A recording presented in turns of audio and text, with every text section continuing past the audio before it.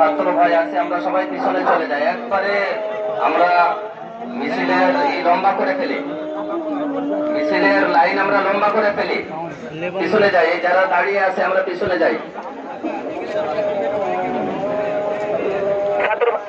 আমরা যারা গেটের ওখানে দাঁড়িয়ে আছি আমরা অনুগ্রহ করে সবাইকে অনুরোধ করবো আমরা সবাই মিছিলে সামিল হয়ে যাই। সাইডে যারা আছে আমরা মিছিলের পিছনে চলে যাই।